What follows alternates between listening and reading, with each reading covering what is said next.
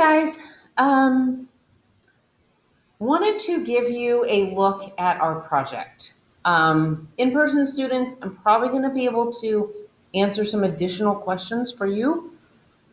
Interconnect students, most of you are testing while I have a chance to answer questions. So if you have any questions, message them to me, find me during office hours.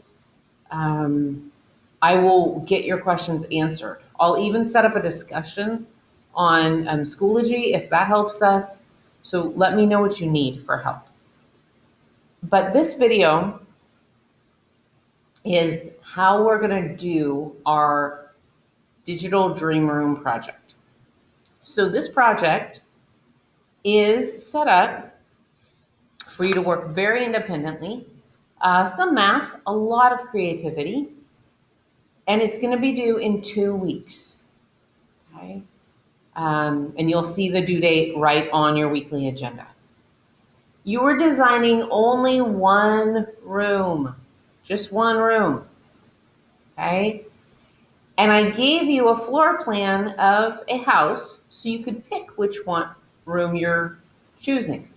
You may use bedroom 2, bedroom 3, or bedroom 4 on this floor plan. Now, this floor plan, wow, I can't talk today, is about a 2,500 square foot home, okay? Kind of average in our area. If you look at the floor plan, it's gonna look a lot like many homes in our area, and you're receiving this document that I'm using right here as a Google Doc. You will be able to have full access to this, okay? So first you're gonna choose your room. Do you want 3, 2, or 4? Then you need to do some calculations. You need to know what's the square footage of your floor because you're going to need to buy carpet or wood or something for the floor. You're going to need to know what are the measurements of each wall. And notice the ceilings are 10 feet tall. I said how big the doors are so that you can actually take stuff out of the wall as well. Okay. You're going to need to know the square footage of the walls because you need to paint them and you need to know how much paint you need. Okay. And then you have some creativity on windows. Okay. So all of those measurement information pieces are right here. Okay. Draw it out on as many pieces of scratch paper as you need to. And then this big piece of information right here. Your budget is $5,000. That's important. Okay. So then you can look this over, choose your room, look at the measurements, okay? Once you do this whole project, you're turning it in using Flipgrid. So anything you create, a drawing, a table, a list, you're going to show it on Flipgrid, okay? Everyone needs to do a drawing of their room, including all the measurements, okay? On the Flipgrid, of course, you're going to introduce yourself, first and last name, class period. And then I put in a little statement here about please practice. Flipgrids go better and your time is used better and you don't run out of time if you've practiced it ahead of time, okay? In the Flipgrid, okay, you're also going to need to show or tell or both an organized list of the materials or items used, the square footage of the floor space and wall space. Answer all the questions, and I'll show you the list of questions in a second. Now, you can use tables, charts, paragraphs, in any way you want. This is part of the creative part, to talk about the individual costs, the total costs, and that's going to be part of your presentation, okay? Now, in your calculations, you have to buy flooring, paint for the walls, and furnishings for the room. There's a little note about doors, okay? And then I give you some flooring costs and some paint costs,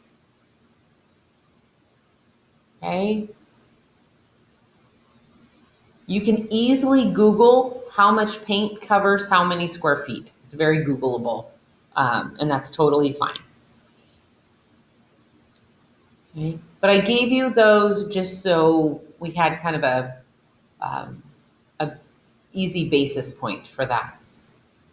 Then I gave you some good shopping stuff. I do not want you leaving your house for this project. A ton of it you'll be able to do in the classroom or during class time.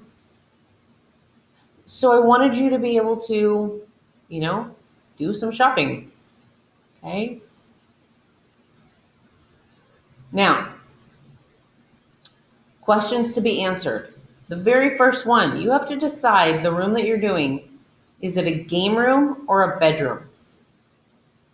Maybe you don't want to make a bedroom. You're like, I don't care where I sleep. I want a whole entertainment room, and I'm going to buy these things and do these things. Sorry about the bell. So you're going to choose a game room.